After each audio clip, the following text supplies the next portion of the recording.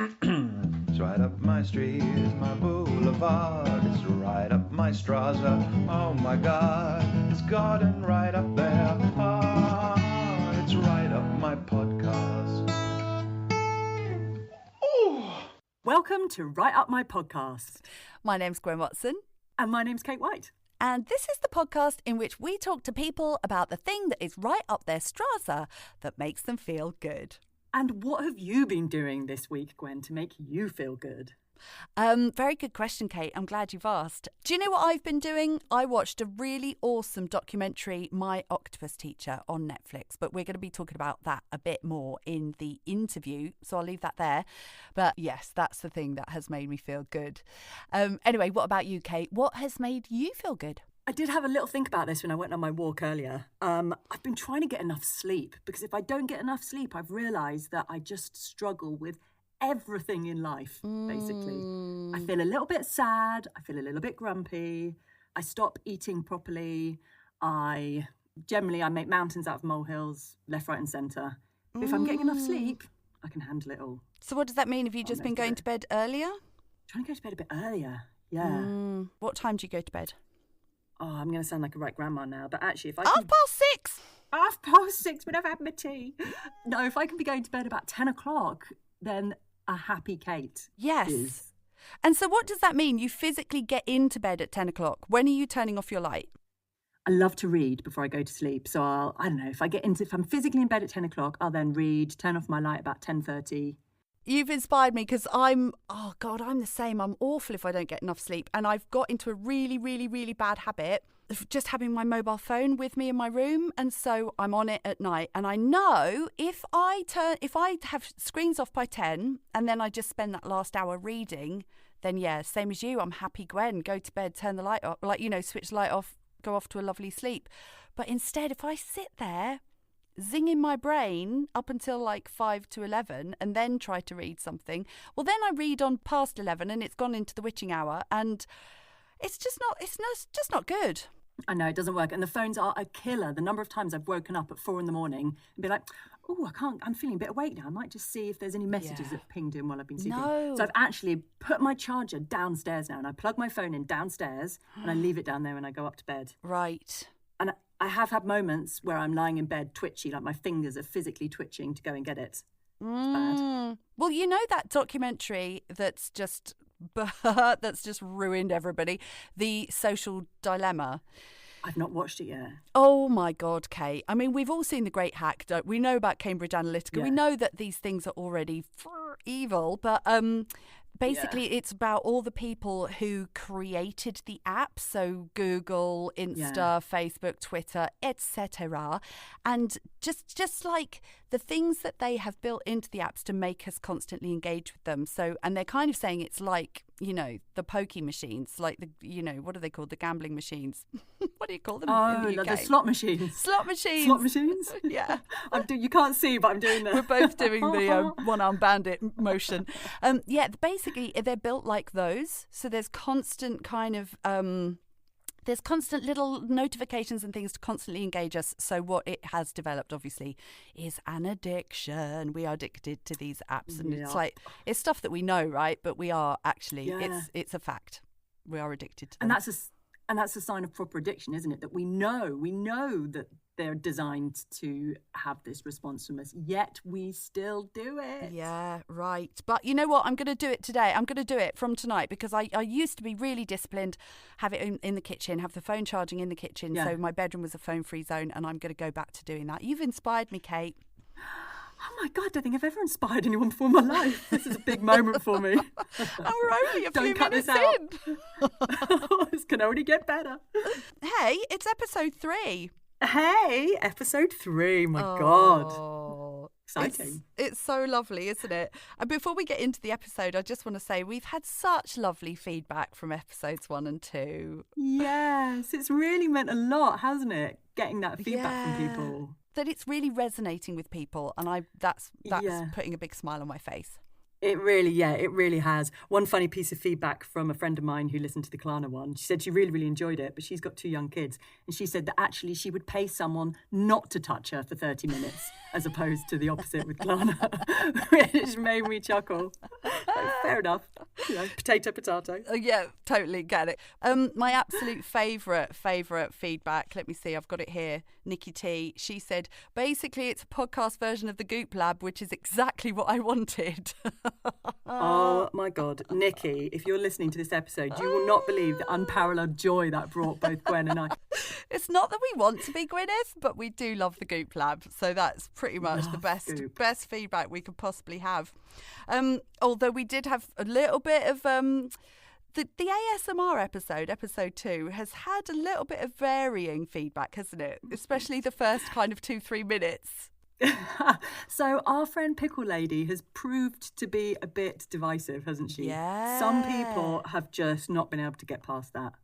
It turns out a lot of people have misophonia, and a lot of people, when they hear somebody eating, and in her case she's chomping down on pickles, they actually want to thump the wall. Yeah, violence has been close to the surface. But for anyone who's not listened to it yet, do not be put off, because Pickle Lady, what would you say? She lasts for like a minute max? A minute, maybe 2. I mean, maybe we should have had less of Pickle Lady, but do persevere, because there's much, much nicer examples of ASMR after that. Yeah. And funnily enough, when I first heard her, I was you'll know this from listening to the episode, that I was just like, what is going on? What am I watching? This is just so bizarre. And now, when I listened back to the episode, I was getting scalp tingles from listening to Pickle Lady's chomping. So there you go. Really? Yeah. How interesting. If you didn't like it, listen again. One thing that a few people have said to us after listening to ASMR is they want to hear Gwen and I do our own ASMR recording. Yes. So this is something that we think we might do, and we might put on our Patreon page. Oh my God, what an amazing segue. I know, that was so smooth. What's the Patreon page, Kate? Well, Gwen, funny you should ask. The Patreon page, if you go to patreon.com/writeupmypodcast, it is a place where we ask people if they would like, or where there's the opportunity for people who would like to make a donation, either a one-off donation, a regular donation of any amount. And it's like a subscription fee, isn't it? A subscription fee, exactly. And the reason why we set this up is because we've got quite a big team of really amazingly generous people who have helped us put this podcast together, from artwork to editing to music. And we'd love it if we could throw a few pennies their way. Yeah. In exchange, we are going to try and load up the Patreon page as a thank you with all sorts of behind-the-scenes footage, ASMR recordings, apparently, and any other juicy extra content that we can think of. Excellent. Like, you don't have to pay much, do you? You can pay like £1 a month. Oh, yeah. I guess the idea is, like, if everybody did that, ooh, we could actually afford to eat. Or rather, our editor could finally afford to eat the things we put him through. Whose birthday it is today. So happy birthday, Andy. Happy birthday, Andy Turvey. You are amazing. Did you know, by the way, sorry, we will get on with the episode now, but Andy Turvey, he is in Paw Patrol. Did you know that? Is he the captain of the boat? Yes, I think he is. I've told a lot of people about this, and they've all been way more excited about Andy being on Paw Patrol than they have been about our podcast sometimes. Big up, Andy. All right, let's get on with it, shall we? It's right up my podcast. So, what is this next episode about? This episode is Shinrin Yoku, which translates as forest shower or forest bathing. Now, to me, that sounds like getting naked in the forest. But apparently that's not what it is. We can but hope. Someone who's going to tell us a little bit more about it is a very interesting man called Stefan Batorijs. So Shinrin Yoku is all about the physical and the psychological benefits of completely immersing yourself in a forest environment. Stefan has set up an organisation called Nature and Therapy UK, where he runs Shinrin Yoku courses. But he's also a psychotherapist, and he works with groups in the natural environment. He's run programmes with the NHS, and he also lectures at Plymouth University, where he teaches about the benefits of immersion in nature and how this could be used in work with people with mental health challenges, recovery from trauma. So he's hugely knowledgeable about this area. And before we dive into our chat with Stefan, just want to give a quick heads up that for some reason Kate sounds like she recorded her end of the interview in a cardboard box. Just want to assure listeners that she was not in a cardboard box. She is well and safe. And to apologise for the slight dip in sound quality. Sorry about that. Anyway, first we asked him, what is Shinrin Yoku? Shinrin Yoku is a Japanese term, and it translates into English as forest shower or forest bath. But what it implies is actually a total immersion experience in the forest environment, as if we were having a shower of the forest. And it's really important to remember that, because it's this immersion experience that we have in the forest that has the most healing kind of potency to it. And where did this come from? So obviously it's Japanese, but they invented this for a reason, didn't they? Yeah, I mean, Shinrin Yoku sounds like it's been around since the dawn of time, but actually it was a term that was first coined in the early 1980s by the head of forestry in Japan, in Tokyo. I think what happened is the government realised that after their post-war expansion, they had some serious health issues within the population due to migration from the countryside into the city, overcrowding in their environments that they were living in, and also overcrowding in their factory and office environments, were leading to a lot of serious health issues. And so they turned to the Ministry of Forestry and said, what can you do? And so they started taking people out on walks in the sacred forests on the outskirts of Tokyo. And that's kind of where it all kicked off, really, in about 1983. Right. So how does that translate then into the work that you're doing? You're based in Dartmoor, and you spend a lot of time with clients working in the world of Shinrin Yoku. How does that translate then into that? Well, for about the last 20 or 30 years, I've been working with people therapeutically outdoors, and I set up a project with the NHS. But the inference was always, or the questions that were always asked were, well, Stefan, that's great, but where's your evidence base, in terms of your science? And when I came across Shinrin Yoku, it was really, that was the last piece of the jigsaw for me. It was the missing bits of science and research in the language that the medical profession would understand that vindicated all of my beliefs about the benefits of nature for healing and well-being. And particularly for people with mental health issues, I feel that being in nature is a really good place for people to heal. So tell us then about this science research. Yes, so it started quite slowly in Japan. What they did was they took people out just for walks in the forest, and then just anecdotally, people said they began to feel less stressed and a lot happier and healthier. So then they got more funding to continue the research, and they do control studies. So they do a group walking in a shopping mall and a group walking in a forest, quite basic, and then they compare the results. And then at lunchtime, the groups would swap over and they do a comparison there. They made sure that the people walked the same distance in the forest as they would normally walk during their everyday life, to rule out the benefits of exercise. Ah, okay. And then gradually the experiments became slightly more sophisticated, in that they started taking blood and saliva samples before and after the walks.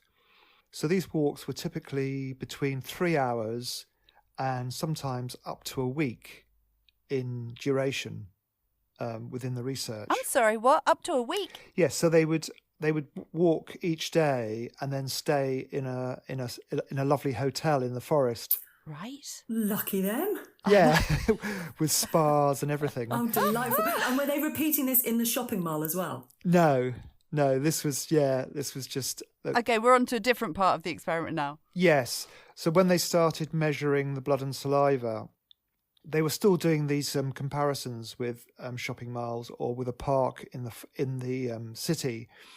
But what they were interested in looking at was physiological changes. So what they discovered was quite remarkable. The main finding of their research in measuring blood was that there was a large increase in the activity of the immune system. Right. And so what they were measuring were what are called NK cells, or natural killer cells. Okay. So these are cells that our body creates continuously, and they go around our bodies 24 hours a day, looking for and sort of scavenging any diseased or damaged cells within us. So that's happening all the time, Right. in every human being, because we're continually getting damaged cells within us, or tumorous cells, and our bodies just go in and mop them up. Right.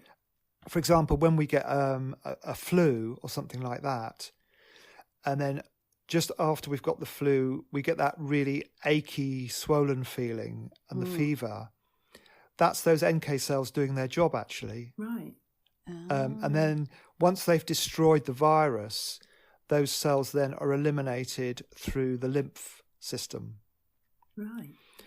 So in order for the system to work to its optimum, the NK cells, which come in 3 different types. The first one, its job is to identify any damaged or diseased cells, and it puts a label on it. The second one comes along and actually makes a hole in that cell.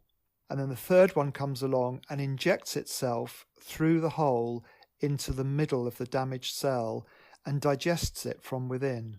And then that dying toxic cell is then eliminated through our lymph system. Wow, that's amazing. Blimey. Our bodies are incredible. The body's amazing. It's incredible what it can do. But for it to work efficiently, all 3 of those need to be elevated exactly the same. And that's what they found from as little as a day's exposure to the forest. Those NK cell counts were elevated for anything up to a month afterwards. A month? Wow. Just from a day Yeah. in the forest? Blimey. And so what is that down to then? Is that down to just being out in the fresh air and away from their desks? Or is that something that specifically the forest is providing? Good question. Good question. Thank you. Yeah. Top of the class. So one of the factors, just to kind of put a caveat on this, what they started doing later on was to try and isolate what's actually going on here. So they sat people in seedy Tokyo hotel rooms and got them to watch television images of forests Okay. That's to see what effect that had. And then in another experiment, same hotel rooms, but this time breathing in the essential oils that came from these Japanese trees. Right. The conclusion they came to, this is from the chief medical officer researcher, his conclusion was, we can only replicate 50% of the benefits of the forest. He said the other 50% is the mystery of the forest. Wow. Wowzers. Which is lovely, actually. That is. Yeah. Yeah, but going back to Gwen's question, one of the things they discovered, which was critical to this, is something called phytoncides. Phytoncides. Phytoncides. So the word phytoncide actually means exterminated by the plant. Right. Now, all plants give off phytoncides as a kind of protective mechanism to defend themselves from attack by being eaten or by being attacked by fungi and rotting. So these oils, they're basically volatile organic oils, are diffused into the atmosphere to protect the tree. And I just think it's just an incredibly amazing thing that the oils, the chemicals that are produced by the tree to protect the tree, when we breathe them in, they protect us. That is I just amazing. think that is quite phenomenal. That's incredible. Yes. Yeah. And that so many of So, us... you know, like, oh, sorry. No, it's okay. I was going to say that so many of us don't realise that this is going on when we're in the woods on a Saturday. Yeah, exactly. Exactly. So when we go into the woods and we breathe in the air of the woods, we're breathing in these phytoncides, and they're actually going through our bodies and causing physiological changes, because they're very subtle chemicals that are in an aerosol form. And when you look at the qualities of the essential oils, such as used in massage, that come from trees, they are antibacterial, antiviral. There's a whole list of qualities that these oils have. And you just look at that and you go, wow, that's amazing that they have all these incredible qualities that support human function. Are we getting the same impact from sniffing on an essential oil to being out there and sniffing in the right real life tree essence? Tree sniffing is a new therapy. Thank you. Tree sniffing. Yeah. That's what I wanted. Yes, tree sniffing, yes. Well, you'd think so, but apparently not. According to the main researcher, Dr. King Lee, he can only reproduce 50% of that effect. Right. So there's something about maybe the combination of oils from the different trees. Right. And I think also holistically, being in the forest is having, a beneficial effect at so many different levels, that the oils, the breathing in the oils and having the physical effect of being in the forest is actually helping it to work much more efficiently. Right. So yeah, just going back to the qualities of these essential oils, and this is something that I just find like a miracle to me. I just want to read out the qualities of just one of these oils. And this is one called Palo Santo. Analgesic, anti-allergenic, anti-anxiety, anti-asthmatic, antibacterial, antidepressant, anti-infectious, anti-inflammatory, antioxidant, antispasmodic, calming, cephalic, CNS tonic, decongestant, expectorant, immunostimulant, and tonic. Wow. And that's just one Blimey. of those. Yeah. Now, out of that list, you can understand the ones, a lot of them obviously insect repellents as well, which you'd understand, they would naturally be. But what I find interesting is that most of them say they're anti-anxiety and antidepressant. Right. It's like, how can that be? How can that work? What happens is that when you breathe them in, when these oils go into the brain, they have a very slightly sort of narcotic effect on the brain, and they actually help to reprogram the brain as we're breathing them in. So they calm and sedate the brain and allow the brain to reset itself, which is quite extraordinary. This is fascinating. Where did this come about? So this is the impact on trees and their phytoncides. Is that what you're calling it? On Yes, their essential oils phytoncides. on humans. Yes. Like, where did this come from on the evolutionary kind of development process? What, like, if it's presumably That's another amazing question. Yeah. So it really shows the link between animals and trees. Mm-hmm. And, You've got it. You've got it. And how it's all living symbiotically. How has that evolved? I'm just going to answer your question in a kind of reverse order here. So the research coming out of Japan has focused on the health benefits of forests, and they've looked specifically at the main sort of diseases of an industrialized Western society. So they've looked at obesity, they've looked at heart disease, they've looked at metabolic disorders, they've looked at insomnia, and they've looked at anxiety and depression, for example. The thing is, what they're saying is, and what they're prescribing is, trips to the forest will help you improve your health.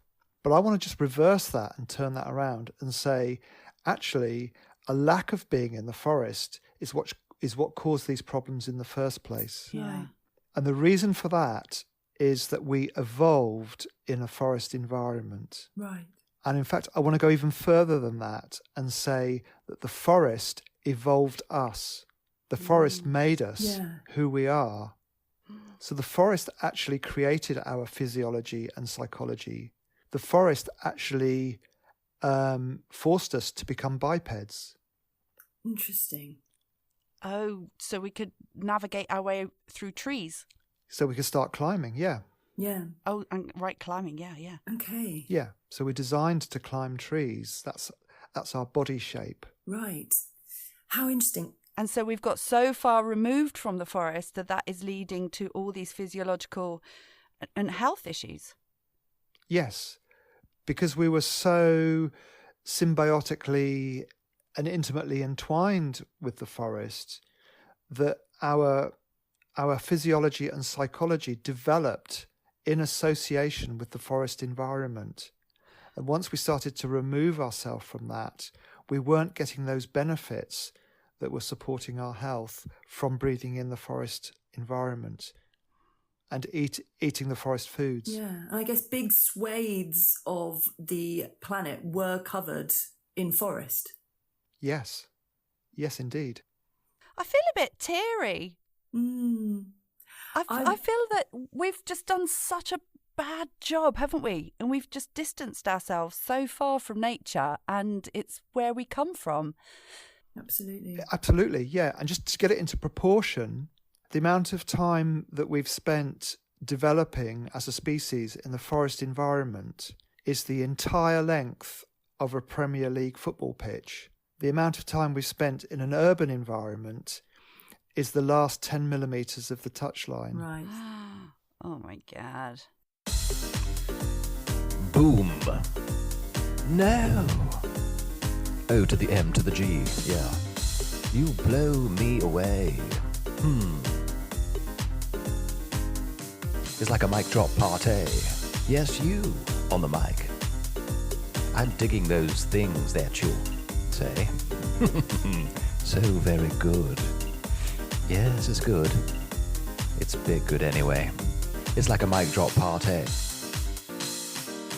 I watched this week that doco on Netflix called My Octopus Teacher, and I've been just banging on about it to everybody I meet that they should also watch it, because he talks about exactly that, and he talks about because for those of you who haven't seen it yet, you've got to watch it. It's so good. And this guy goes down into this same spot of the ocean. He's in South Africa, and he goes down to this same spot, and he bonds with an octopus, and he goes down for nearly a whole year, doesn't he? He's going down every day. It is a whole year, yeah. Yeah, and he talks about his kind of summation is that we are part of nature. We are not a visitor. And that's right. That really resonated. And it's like he really understood, like spending that time in there, he really saw the symbiotic relationship between all the plants, between the crustaceans, between the sharks, the fish, the octopus. And it's like that's what we've disconnected from, isn't it? Historically, we would have been totally connected to nature, like native populations are, and Aboriginal populations were or are, that they are totally connected with nature, reliant on nature, and respectful of nature. And we have put a barrier between us and it, and somehow decided that we're superior to other animals, and it's to our own detriment, isn't it? Yes, I was really moved by that documentary because it wasn't just reporting about nature. It was actually him talking about his own personal and intimate experience within nature. It was so refreshing and so different. And it's such an interesting point, because we do increasingly see ourselves as other, don't we, to nature? We look in from the outside. We're looking at it as an observer, as opposed to something that's integral and part of it, to the detriment of everything, ourselves included. Yes, and I think that's, in a way, that's how my training and my teaching differs from the work from Japan, which is in many ways brilliant, but quite formalized. And I think in our culture here, we have a very different way of being. And so I encourage my students to think like an animal. So rather than being on the footpath, looking into nature, I encourage them to get in underneath the bushes, to get into the undergrowth and be an animal looking out from nature, looking out that way. And it makes that perspective, that shift makes a huge difference. So can we talk for a minute about how our listener based in the UK, not having access to these wonderful ancient pine forests in Japan, how can someone listening to this show tap into some of the things you're talking about and tap into forest bathing and the benefits of some of the wonderful essential oils that we've been talking about? This work can be done even at a very small scale, even by finding some fir cones and bringing them into your house and touching them, looking at the design of the fir cone. You can also go on kind of mini adventures. So just setting off from your home, find out where are the green spaces around where I live. And, parks and gardens are good, but what I really like are the scruffy bits of wasteland, because they hold the most potency. They hold the power of nature more than the more manicured areas of gardens and lawns. Right.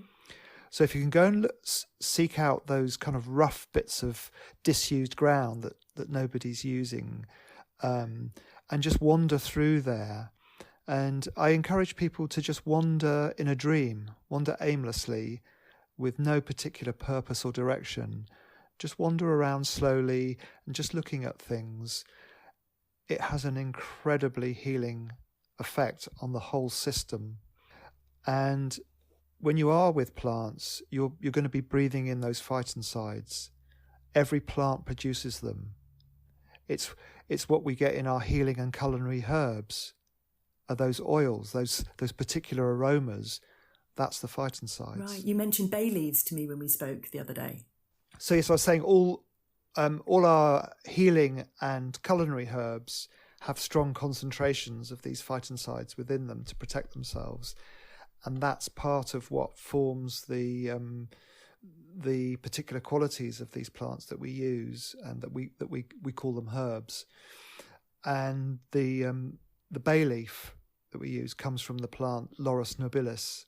If you crush a bay leaf and smell it, those oils that you get from it, that smell, that wonderful scent that we put in our cooking, those are the phytoncides. That's the healing properties of that tree. Amazing. Do you know what I always do?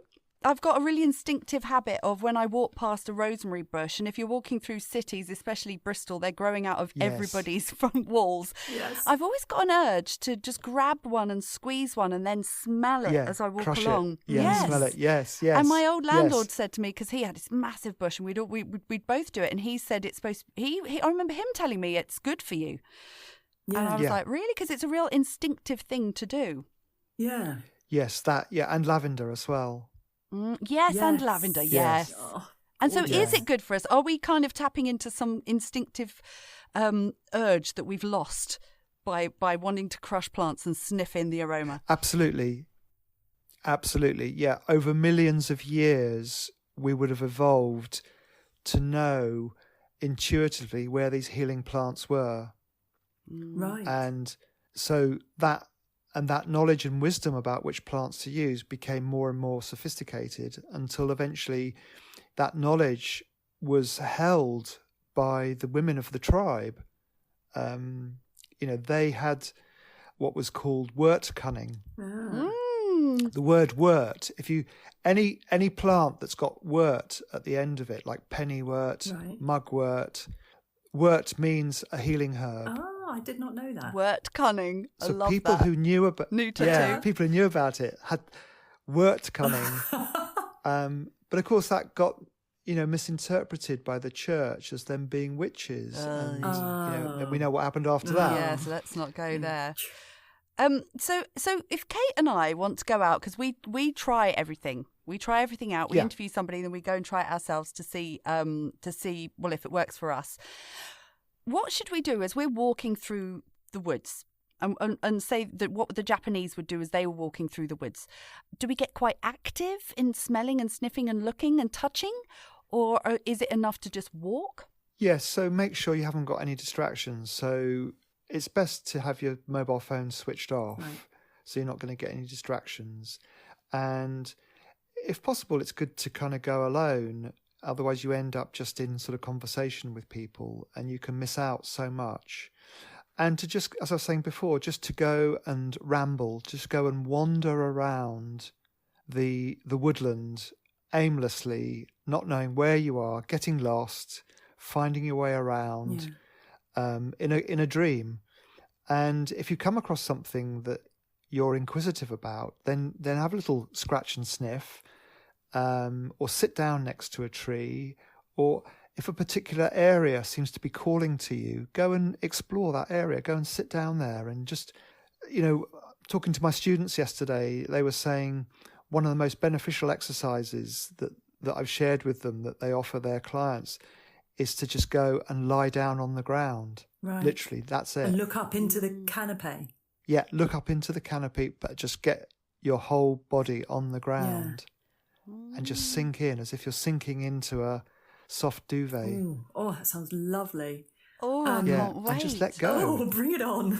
Wait for a nicer dry day, I reckon, for that one. Yes. I was chatting to a gardener the other day who was saying that wherever possible, she likes to paint the ceilings of her rooms green because she feels there's something really calming to look up into a green colour, mimicking in her eyes the green canopy of the woods. Yeah. I think there are so many ways that we can begin to integrate nature into our lives in a lot more kind of detail, so that we're living more, beginning to take steps to live more harmoniously with nature. Yes. Just acknowledging the seasons. Acknowledging seasons. Yeah, just acknowledging seasons and the way that things are turning. Yeah. By going back to visit the same place on a regular basis, we begin to form what I call a kind of spiritual bank account in that particular place in nature. We're investing our own personal energy there, and we're mingling with the energy of that part of the woods. How interesting. And we form this relationship, this intimacy. Do you know what? I did that in lockdown. I was going to say exactly the same thing. Yeah, because it's really important for us right now, isn't it? And what with everything that's going on in the world. And during lockdown, I had what I call my lockdown shutdown, and where I just couldn't really function and do normal things or much in a day. And so, but what I did religiously every day was go out walking, and I would walk along. I was walking along moorland, but I would head for the trees along the edge. And I've lived here for years previously, and for the first time it felt I was really paying attention to, because it was spring, the buds unfurling, the leaves unfurling, and I really felt that this was the first time I'd ever really seen that happening, even though I've walked past these trees loads of times. And it was exactly that. It was that seeing it on a daily basis, you really paid attention and I saw spring happening and saw it evolve around me and erupt around me. And yeah, that's a special thing, isn't it? It's very special, yeah. And do you think that's a way of us coping maybe with winter coming? For all you Game of Thrones fans out there, winter is coming. And just to kind of, rather than passively let it happen or even try and fight it, to be trying to go to the same places and actively watch it happening and almost document it happening in our own minds. Yes, definitely. It's a really good point, Kate. Yeah, if you can establish that place in nature, it becomes an anchor of your experiences. It becomes a place that you can go back to and reflect on how your life is. Say if you went there every week or every fortnight, it's a check-in place for you. How am I doing? But more than that, you're also beginning to attune yourself to that rhythm of nature. So as we move closer and closer to the winter solstice, the darkest point of the year, we must allow ourselves to move into that place within us. And I used to struggle with winter all the time. And then I realised something. I realised that every winter a part of me dies. And I thought, that's how it's meant to be. A part of me is meant to die so that I can be reborn again in the spring. And once I'd realised that and let go, then I felt really happy with that whole winter thing going on and everything dying and going back into the ground. It's part of a natural rhythm that we've kind of lost touch with. Yeah, and I think we really fight against our energy levels dropping as well. And that, as the sun's going down at 4 o'clock and we're supposed to be going out that night, although obviously a lot less of that happening now, I'm always like, oh God, why haven't I got the energy? Oh God, am I getting old? Oh, is it finally happening and all this? And then when the spring arrives, you realise, oh no, that was just the winter. And it's like, how about we just, if we were actually in tune with nature and we were back just fully embracing our animal self, we would be bunking down, wouldn't we? We'd be battening down the hatches. That's right. And we would be resting. Hibernating. Yeah, that's what we should be doing. But having said that, in order to spend more time in nature, in order to cope with what could potentially be another lockdown, I think I've been saying we need to get more Scandi about it, don't we? We actually need to embrace being outside more, and especially things, a lot of our activities like theatre, bars, restaurants, etc. A lot of that and all our socialising with friends is moving outside. We need to embrace being outdoors, don't we? And I think being in nature is probably a good way of doing that. Totally, I totally agree. Yes, as long as you've got some really good warm clothes on, then you can just go out. And if you've established that place in nature that's your little special place, it feels like a kind of home, actually. It feels like there's a familiarity when you go back there, and you can just cuddle up into a ball and just lie there in the leaves. This sounds so lovely. All right, I'm going to do it. Yeah, tomorrow, Gwen, both of us. If you see some sort of local news reports of strange lady found huddled in ball in Lee Woods, you'll know it was me. With her mobile phone turned off and without any friends. Yeah. No, this sounds amazing. This sounds really, really good. And it sounds like something we really need to embrace right now. For me, what always makes me smile is when people have that beginner's mind of exploring nature, that innocence that they bring with them to that inquisitiveness of exploring what's out there in nature. You don't need to read loads of books about it and have loads of knowledge. The mind always wants to get in the way of things, and it's about having that direct, visceral, kind of physical, somatic experience of the natural world that's important, and listening into the voice of the body, the kind of body mind, the body wisdom, which is always there within us, but it's kind of suppressed. And it's like the more time we can spend out in nature, the more we can tune in and listen to what our body is telling us. There's a lovely line from a Mary Oliver poem, one of my favourites, called Wild Geese, where she says, "You don't need to crawl across the desert for 100 miles repenting. You just need to let the soft animal of your body love what it loves."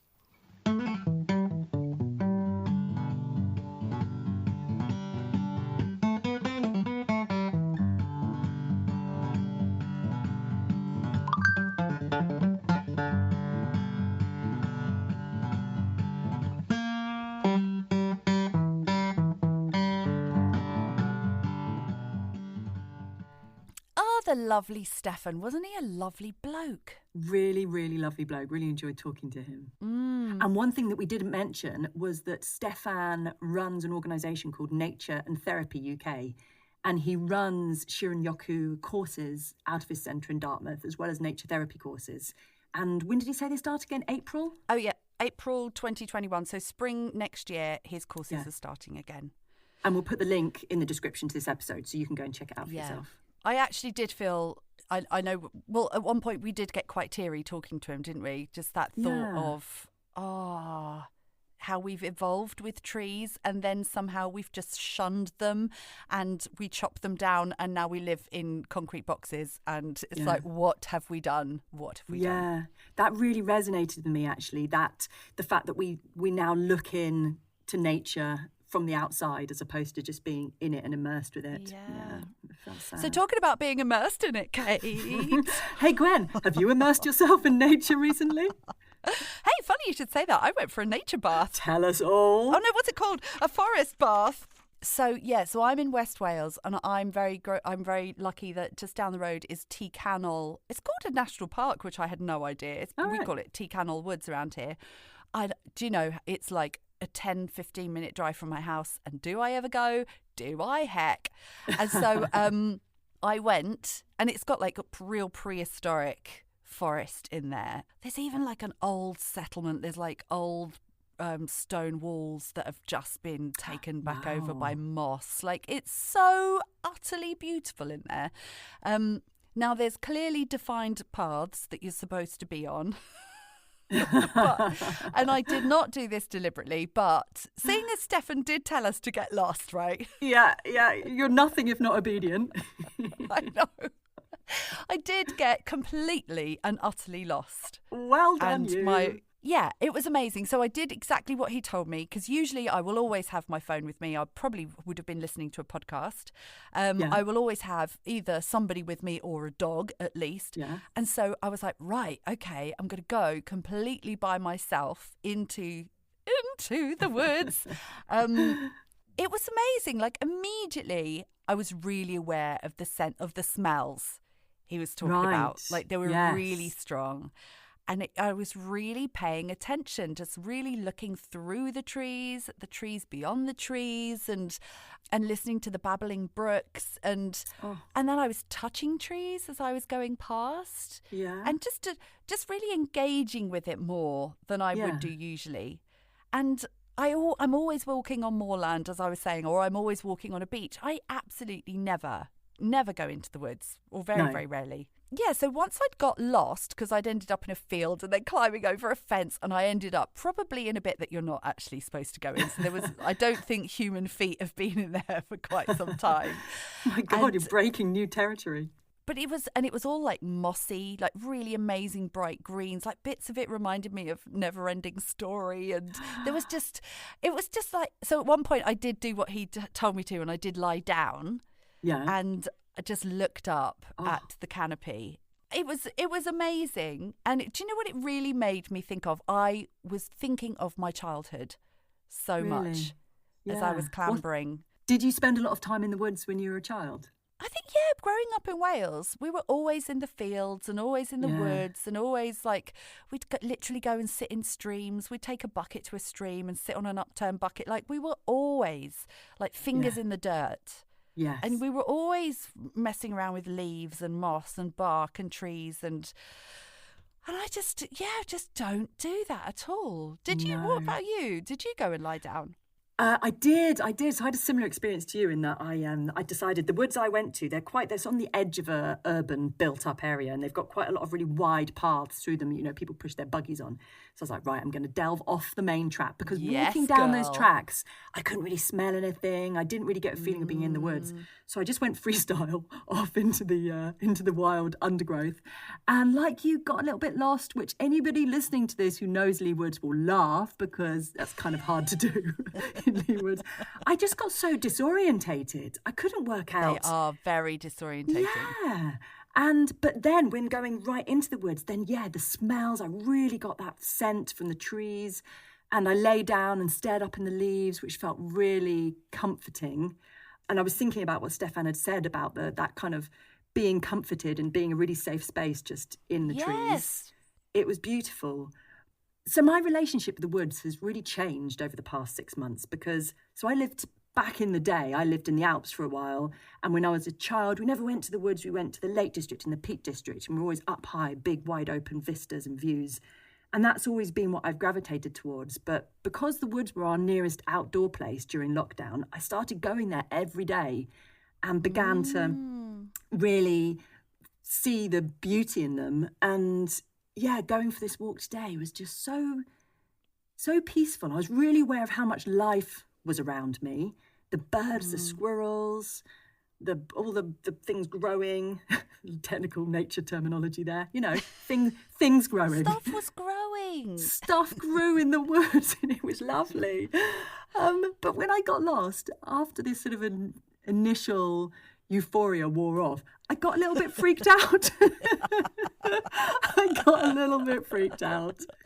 Because I don't know about you, but previously when I've been in the woods, if I see someone just emerging out of the bushes, I either think, well, they've just gone for a cheeky wee, or I think, oh my God, it's a murderer who's just appeared. Course. Yeah. Completely. No, first thought murderer, second thought wee. Yeah, that's true. Why did I put wee? But I was having the exact same feeling when I was lost. And I was kind of, because Stefan had told us to get lost, right? And he told us to just be dreamlike. And I kept having to remind myself, dreamlike, I'm dreamlike. Where's the fucking path? Don't kill me, Mr. Murderer. Yes. Is there a murderer here? How about now? But I also did have a moment where I was like, do you know what? I'm really safe here. And I felt kind of held. Yeah. And I kind of thought, this is where I belong. And so nature, Interesting. despite everything we do to it, nature, all these trees will look after me. I was that's where you get when you've been lost for a while. You kind of start thinking big, don't you? But I did feel, I did feel looked after. I have to say, once I'd found the path, and then I'd found a sign which told me where I was, and then I walked. I headed off in the direction that I thought would take me back to my car, and then I was walking for what I think was like 35 minutes, and then arrived back at the same sign. And I was like, oh my God, this is when the woods turn into like Blair Witch Project. I was like, I'm going to be killed. But anyway, other than all of that, it was so lovely. And do you know what he was saying about being like an animal? And he tells people when he takes them out to like experience the woods like an animal. So get down and dirty, get under the hedge, look out from it as if you're an animal. And that was exactly what the guy was saying in My Octopus Teacher. That when he was underwater, he was acting like an octopus. He's like, I'm going to be like an octopus. And it's like when you're in nature, you have to get in with it, don't you? Yeah. And I did that at one point. I could have gone round a tree. I could have gone round a tree trunk. I was like, no, I'm going to go over this tree trunk, which meant I had to go under another thing. There's nothing agile about it. I've just got these visions of you emerging from the bushes with twigs in your hair, birds nesting on your shoulder, full feral. But I tell you what, I totally got it. I really got what he was talking about. And I really did feel a kind of sadness that we are so distanced from the woods. And what he was saying about, that the lifetime that humans spent evolving with woodland was the length of a football pitch. And and now the urbanization of our lives is just the last 10 millimeters of it. I felt that so acutely. I felt this kind of like some kind of distant kinship that with the trees. I just kind of or something that we I felt that we have separated ourselves, and it made me think, God, I need to come here more often. Yeah, I had really similar thoughts actually, that I felt like I wanted to be part of it. I didn't want to be this visitor from somewhere else. I didn't want to feel like I was other. I wanted to feel like I was part of it. Yeah, those natural essential oils that have evolved to be good for animals and good for us. I really thought, I want lungfuls of this stuff. Yeah. We need this. And so will you do more forest bathing, Kate? I definitely will. I'll make a real conscious effort to, go off and have that time and to do it on my own. I think that's a big difference. It's definitely something I want to do more often. And like he said, if it's something that you do regularly, once a week or once every couple of weeks, you can really get to know a place and get to see how it changes and become part of it. Yeah. As I was lying there looking up at the canopy, I was really thinking to myself, I want to be here more often, and I want to come and sleep in the trees, in the woods. I was lying there imagining buying a swag and coming and spending the night in the forest and just being really part of it. Like I was really in there. But I did that as a kid. I went and spent the night in the forest and I loved it. And I was also thinking that David Attenborough would really approve of this. This is what he wants us to get, isn't it? This is what he wants us to understand, the importance of nature and the natural world and how integral we are to it and how much we're destroying it. I think more of us should go and lie in forests. Thank you for listening to episode 3 of Write Up My Podcast. As always, if you've got any feedback or anything you just want to discuss with us, don't hesitate to get in touch at writeupmypodcast@gmail.com. Massive, massive thank you, not only to you for listening to us, but also to our lovely, lovely team. That's Andy T, our editor, Andrew Grimes on the music, and Kat, our content editor. So that's all for this week. We'll be back in a couple of weeks with our next episode. And in the meantime, don't forget to try new things to make you feel good. Bye-bye. Tell me, did you like the podcast, Brian? No! Oh. If, unlike Brian, you thought our podcast was really great, then don't hold back. Like, subscribe, and tell your mate. But if, like Brian, you thought our podcast wasn't fun, then just keep quiet. Don't feel the need to tell anyone. We'd love to hear from you if you've got some thoughts to share. Such rich and lovely views that all should be aware of. But I hope you liked our podcast and you thought it was really great. And if you did, like, subscribe, and tell your mate. 'Cause we don't need grumpy pants bringing everybody down. No, we don't need negative Nellies making people frown. No. So I hope you liked our podcast and you thought it was really great. And if you did, like, subscribe, and tell your mate.